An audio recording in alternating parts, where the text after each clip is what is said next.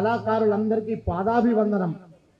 ఈ ప్రోగ్రాం పాటల పల్లకిలో అనే అద్భుతమైన ఒక తిరుగుబాటు ప్రోగ్రాంను ఈరోజు మా నేర్నాల కిషోర్ ఏర్పాటు చేసినందుకు నిజంగా గర్వపడుతున్నాను. ఇది తెలంగాణ, ఇది తిరుగుబాటునే తన జీవంగా డిఎన్ఏగా ఏర్పాటు చేసుకున్న ప్రాంతం, పోరాటాలకు పురిటిగడ్డ. అలాంటి తెలంగాణలో ఏనాడు స్టేజ్ ఎక్కి నేను ఇది చేశాను అని చెప్పలేదు. కానీ ఈరోజు మా నేర్నాల కిషోర్ వల్ల ఏ పార్టీ ప్రోగ్రాంలో కూడా స్టేజ్ ఎక్కలేదు. మా దర్వెల్లన్నకు తెలుసు, మా ధర్వంజనకు తెలుసు, మా విమలక్కకు తెలుసు, ప్రతి వాళ్లకు తెలుసు. కానీ మా డప్పు స్వామి ఇక్కడే ఉన్నాడు కళ్ళ ముందర, అందరికీ తెలుసు. కానీ ఏ రోజు నేను స్టేజ్ ఎక్కి ఇది చేసినా అని చెప్పలేదు. కానీ ఈరోజు నేర్నాల కిషోర్ అన్న మా లెక్కనే నువ్వు కూడా మౌనంగా ఉంటే ఎట్లనే అన్నాడు. మౌనంగా ఎప్పుడు లేను, యుద్ధంలో ఫిజికల్గా మూమెంట్లలోనే ఉన్నాం. కేసీఆర్ను కానీ శంకర్రావు మీద దాడి కానీ ప్రతి దాంట్లో ఫిజికల్గానే ఉన్నాం. ఈరోజు మీకు ఒక 2-3 విషయాలు చెప్పాలి. నిజంగా తెలంగాణ సాంస్కృతిక సమాఖ్య ఏర్పడితే దానికి మా నేర్నాల కిషోర్ లాంటి వాళ్ళు ఎందరో దాన్ని చైర్మన్షిప్ వస్తుంది అని ఆశించడం మేము. ఎందుకంటే ఎమ్మెల్యే రసమై బాలకృష్ణ అయ్యిండు. ఆ తర్వాత ఈ తెలంగాణను కళాకారులతో ఉర్రూతలూగించిన వాళ్ళు గద్దరన్న తర్వాత వీళ్ళే కదా. వీళ్ళందరూ కలిస్తేనే ఆనాడు తెలంగాణ సాంస్కృతిక సమాఖ్య ఏర్పడింది. ఈరోజు మీకు ఒక ముఖ్య విషయం చెప్పదలుచుకున్నా. నా పేరు రుద్రశంకర్, తెలంగాణ గల్ఫ్ ప్రవాస భారతీయుల సంక్షేమ సంఘం అధ్యక్షుడిని, మరియు 1983లో స్థాపించిన కొమురం భీం స్మారక సమితి రాష్ట్ర అధ్యక్షుడిని. అంటే ఆనాడు ఎవరూ పెట్టని సమయంలో, అసలు టిఆర్ఎస్ అనే పార్టీ పుట్టక ముందే మన కొమురం భీం యొక్క చరిత్ర ప్రపంచానికి తెలియాలి. మా వాళ్ళు పోరాట వీరులు, వీళ్ళ పేర్లు మాత్రమే ఆంధ్ర సినిమా చరిత్రలో కానీ ఆంధ్ర సినిమా వీళ్ళు ఎక్కడ చెప్పబడతలేవు. మన వీరుల పేర్లు రావాలి బయటకు అని 18-20 ఏళ్ల వయసులో నేను స్థాపించుకున్నా. అయితే తెలంగాణ సాంస్కృతిక సమాఖ్య మీ కళాకారులు తెలంగాణ ఎట్లా వస్తుంది అని గద్దరన్నతో నేను నడిచిన 25-28 సంవత్సరాల సుదీర్ఘ యాత్రలో రోజు ఆయన పక్కన ఉండి ఎన్నో ప్రోగ్రాంలలో పాల్గొన్న నేను. అంతేకాదు, నేను పనిచేస్తూ హైదరాబాద్లో అప్పుడప్పుడే ఎదుగుతున్న కొంత, ఆ ఎదుగుతున్న దాంట్లో దాదాపు 50% నుంచి 70% నేను కళాకారులకి పెట్టిన అంటే బహుశా మీరు నమ్మకపోవచ్చు. ఇదొక సత్యం, ఇదొక నిజం. ఆ సత్యం మా తమ్ముడు నేర్నాల కిషోర్ యొక్క భార్య రమాదేవి పాటలు వినని పూజ ఉండదు, వినని గుడి ఉండదు. పూజారులు బ్రాహ్మణుల స్తోత్రాలు పాడరో వింటారో వినరో ప్రజలు.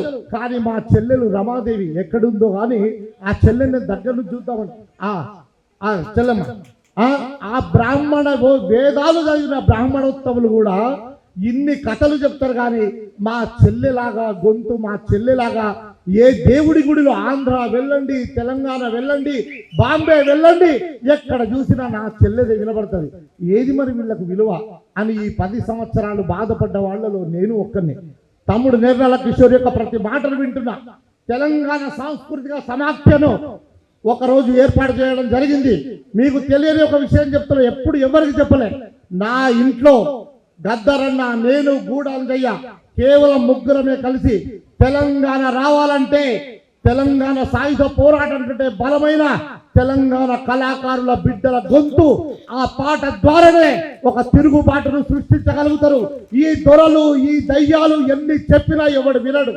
వీళ్ళ దగ్గర ఆర్థిక శక్తి మాత్రమే ఉంది, కానీ మన దగ్గర నిజమైన తిరుగుబాటు శక్తి ఉంది. మన దగ్గర నిజమైన తిరుగుబాటే కాదు, విప్లవ శక్తులు ఉన్నాయి. ఆ విప్లవ శక్తులలో పనిచేసిన నా చెల్లెళ్ళు, నా తమ్ముళ్ళు, వీళ్ళందరినీ ఒక్కచోటికి తెస్తే ఈ ఆంధ్ర మొత్తాన్ని తరిమి కొట్టచ్చు. వాళ్లే భావజాలాన్ని ప్రపంచ వ్యాప్తం చేస్తారు, ఆ భావజాలాన్ని నింపుతారు. తెలియని ప్రజలకు వాళ్ళ పల్లె భాషలో, మా జానపద భాషలో వాళ్ళు ఆ ప్రజలను ఆ తెలంగాణ వైపు తిప్పుతారు అని ఆనాడు కొన్ని రోజులు, కొన్ని గంటలు నా ఇంట్లోనే చర్చలు జరిగినాయి. నా ఇల్లు భరతపురాలో ఇక్కడనే చిన్నగా కిరాయికున్నా, అక్కడ జరిగేది. మా డప్పు రమేష్ అన్న అందులో ఒక ముఖ్యమైన పాత్రధారుడు. డప్పు రమేష్ అన్న కూడా ఇది ఆనాడు మరి తెలంగాణ సాంస్కృతిక సమాఖ్య ఏర్పాటు చేసి దానికి వ్యవస్థాపక జనరల్ సెక్రటరీగా మన గూడ అంజనం చేసిన విషయం మీకు తెలుసు. కానీ జరిగింది నిజంగా అయితే నా ఇంట్లో. తర్వాత ఇందిరా ప్రియదర్శిని ఆడిటోరియంలో భారీ ఎత్తున గద్దరన్న ఆధ్వర్యంలో జరిగింది, మీకు తెలుసు. గద్దరన్న ఆధ్వర్యంలో ఇది నిర్మాణం, దీనికి వ్యూహం, రచయితల్లో నేను ఒకటి. నేను ఇవాళ సగర్వంగా మీ ముందు చెప్పుకుంటున్నా. ఏ ప్రభుత్వానికి కానీ ఎవడి కాళ్ళ దగ్గరికి పోయి కానీ చెప్పలేదు. 10 ఏళ్ళు మిమ్మల్ని గుర్తించని ప్రభుత్వాన్ని నేను గుర్తించలే ఒక్కరోజు కూడా. ఆ తర్వాత అదే రసమై బాలకిషన్ ను మన తేలు విజయాన్ని వీళ్ళందరినీ దుబాయ్ తీసుకెళ్లి వీళ్ళ ద్వారా అక్కడ దుబాయ్లో Telangana cultural association and welfare association అని పెట్టించింది కూడా నేనే అని మీకు సవినంగా బలం చేస్తున్నా. 10,000 మందితో ప్రపంచంలో ఎక్కడ జరగని ఒక బహిరంగ సభను ఇంటి ఆడిటోరియంలో పెట్టించి ఆనాడు ప్రపంచ వ్యాప్తం తెలంగాణ ఉద్యమాన్ని చేసింది కూడా మీ కళాకారుడే అని పాదాభివందనం చేస్తూ చెప్తున్నా. బహుశా అందరూ ఉండకపోవచ్చు, అందరూ తీసుకెళ్ళలేకపోవచ్చు నేను, కానీ తెలంగాణ ఉద్యమ సమయంలో చేసింది ఇది. ఆ తర్వాత తెలంగాణ గల్ఫ్ కార్మికుల విషయంలో తెలంగాణ గల్ఫ్ తమ్ముడు చెప్పిండు ఇప్పుడే నేర్నాల కిషోర్, ఎన్నో శవాలను నాకున్న దాంట్లో దాదాపు కొన్ని 100 శవాలను నా కష్టార్జితంతో ₹1 కూడా చందా వసూలు చేయకుండా ఆ శవాలను పంపిస్తూ దాన్ని ఉద్యమ రూపంలో తెలంగాణలో నా బిడ్డలు 1000 మంది అక్కడ చనిపోతుంటే భారతదేశం నుండి ఎవడు మాట్లాడడం లేదేందిరా అని ఒక్కరోజు 5 శవాలను తీసుకొచ్చి ట్యాంక్ బండి మీద వైఎస్ రాజశేఖర రెడ్డికి అడ్డంగా పడుకోబెట్టింది కూడా నేనే అని గర్వంగా చెప్తున్నాను. కానీ దానికి గుర్తింపు తెచ్చింది ఈ పేద కళాకారులని మళ్ళీ గర్వంగా చెప్తున్నా. మీ పుణ్యమే ఈ రోజు 18 లక్షల మంది గల్ఫ్ కార్మికులకు 10 సంవత్సరాలు మోసం చేసిన కేసీఆర్ ను గద్దె దించడానికి మళ్ళీ కొన్ని కోట్ల రూపాయలు కూడా ఖర్చు పెట్టింది మేమే అని మళ్ళీ గర్వంగా చెప్తున్నాం మీకు. అంతేకాదు ఎవడైతే మన వాళ్ళని గుర్తించడో వాడు వాడైనా ఎవడైనా వాని మీద తిరుగుబాటు మనం చేయాల్సిందే. ఎవరికి తల వంచాల్సిన పని లేదు. మళ్ళీ చెప్తున్నా, ఆ 18 లక్షల మంది గల్ఫ్ కార్మికులకు ఈ రోజు రేవంత్ రెడ్డి గవర్నమెంట్ నిజంగా చెప్తున్నా, నేను ఈ సభాముఖంగా రేవంత్ రెడ్డి ప్రభుత్వానికి కృతజ్ఞతలు తెలియజేస్తున్నా. ఎందుకంటే 10 సంవత్సరాలు జై తెలంగాణ అన్నోడు, తెలంగాణ కోసమే పుట్టిన అన్నోడు, త్యాగాలు చేస్తామన్నోడు, వాడి ఇంట్లోని ఒక్కడు కూడా త్యాగం చేయలేదు. వాడి ఇంట్లో ఎవడు చావలేదు. చచ్చింది నా పేద బిడ్డలే, చచ్చింది నా పేద కళాకారులే, తర్వాత చంపింది కూడా నా పేద బిడ్డలే. ఆ తెలంగాణ కళాకారుల వల్లనే ఆ తెలంగాణ వచ్చింది. 18 లక్షల మంది గల్ఫ్ కార్మికులకు ఈ రోజు రేవంత్ రెడ్డి ప్రభుత్వం 5 లక్షల రూపాయల ఎక్స్గ్రేషియా ప్రకటించడమే కాదు, జీవో కూడా వచ్చింది.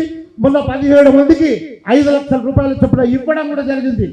ఇది కేవలం తెలంగాణ కళాకారులు తెలంగాణ శవాలను తీసుకొని, బిడ్డల శవాలను తీసుకొని నేను శవయాత్రలు చేస్తుంటే శవయాత్రల ముందు ఏడుస్తూ పాటలు పాడిన ఈ కళాకారులది ఆ విజయం నాది కాదు. 28 సంవత్సరాల పోరాటం అది. ఒక రోజు కాదు, 2 రోజులు కాదు. గల్ఫ్ కార్మికుల పోరాటం 28 సంవత్సరాల పోరాటానికి దాన్ని ప్రజల్లోకి తీసుకెళ్ళి ఈ కళాకారులే. ఇక నేను ఒక 2 మాటలు క్లోజ్ చాలా ఇచ్చిండు. ఇక నేను తర్వాత అనుకున్నా, కళాకారుడా పేర్లు చెప్పను కానీ డప్పు రమేశ్వరుని తీసుకొని గోదావరి కని పోయి, ఓ కళాకారుడా నీ పాటల్ని వేరే వాళ్ళు అమ్ముకుంటున్నారు, నీ పాటల్ని ప్రొడ్యూసర్స్గా మారి వాళ్ళు సొమ్ము చేసుకుంటున్నారు.